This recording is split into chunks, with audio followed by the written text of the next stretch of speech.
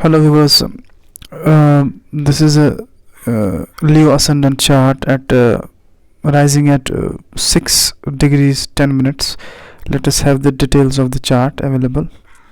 It's 12 Jan 1992, 1943, London, England, United Kingdom, and you can pen down the time zone as well and the details pertaining longitude and latitudes as well.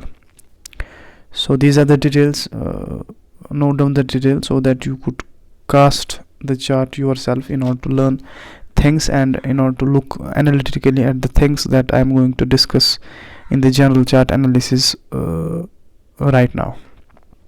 So this is the podcast regarding general chart analysis for Leo Ascendant. Do subscribe the channel, hit the bell icon in order to get notified for the upcoming videos like this. And if you are enjoying this content, you should and you must subscribe the channel in order to encourage me to upload more and more regarding the different astrological topics that are quite important for most of the natives. Anyhow, this is a Leo Ascendant chart. I have shared the details already.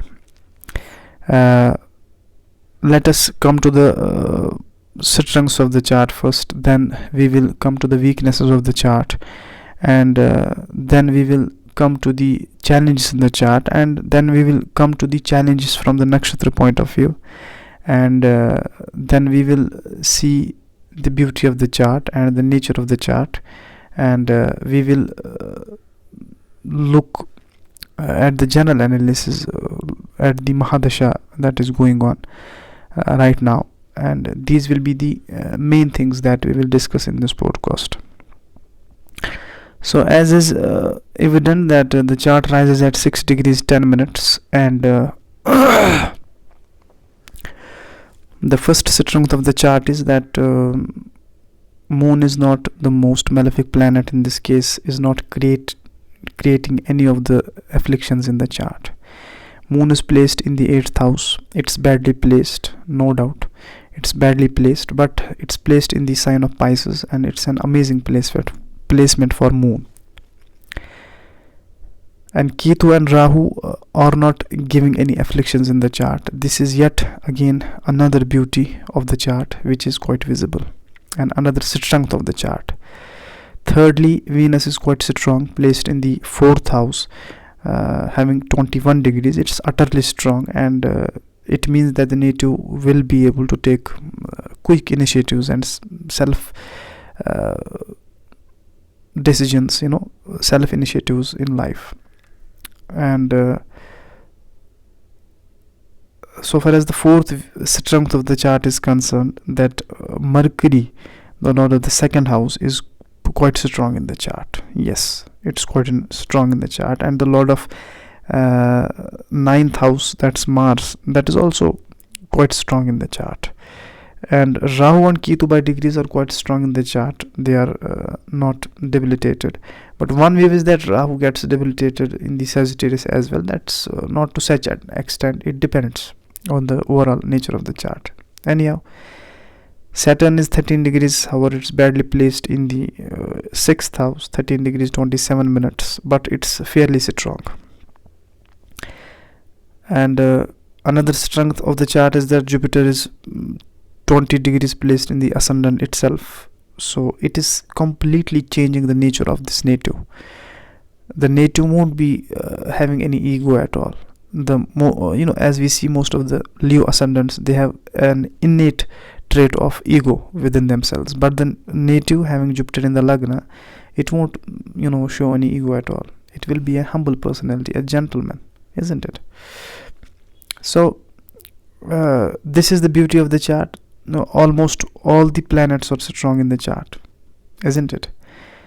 So one by one I have pointed out the strengths of the chart.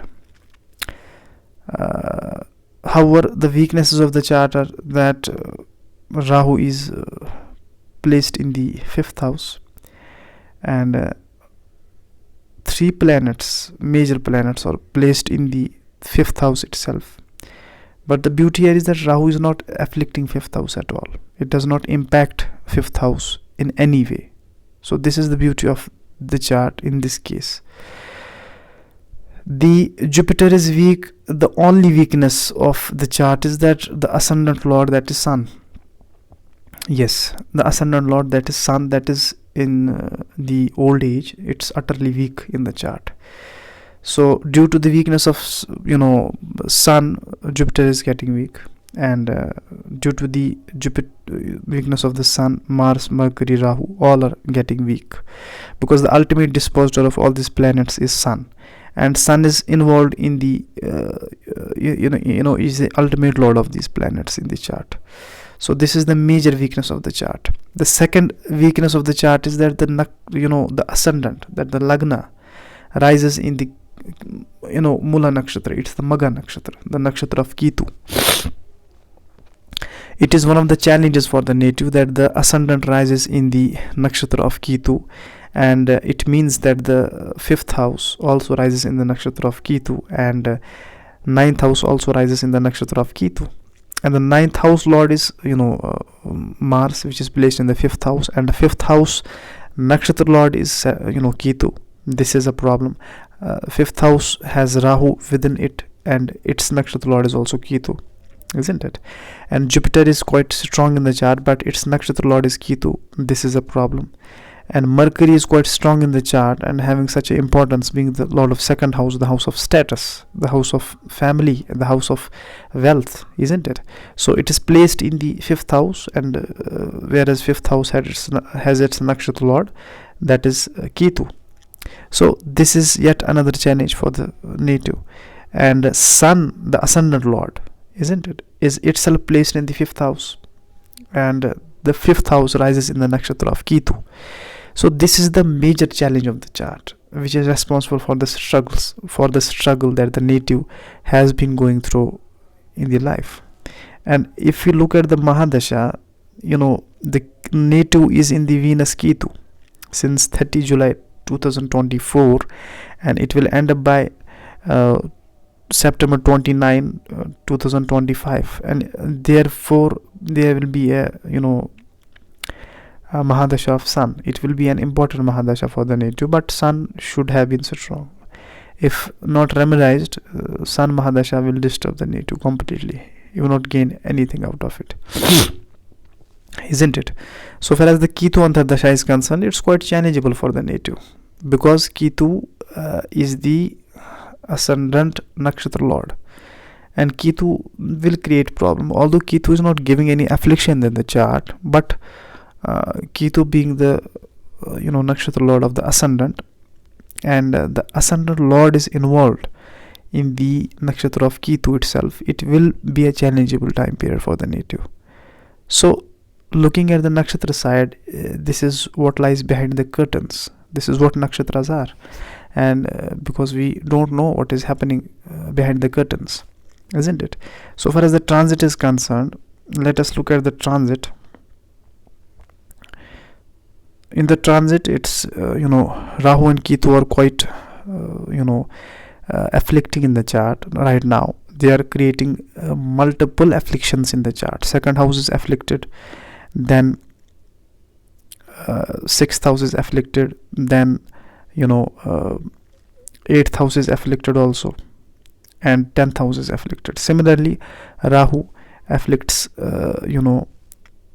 its houses aspected in the chart so far as the transit is concerned.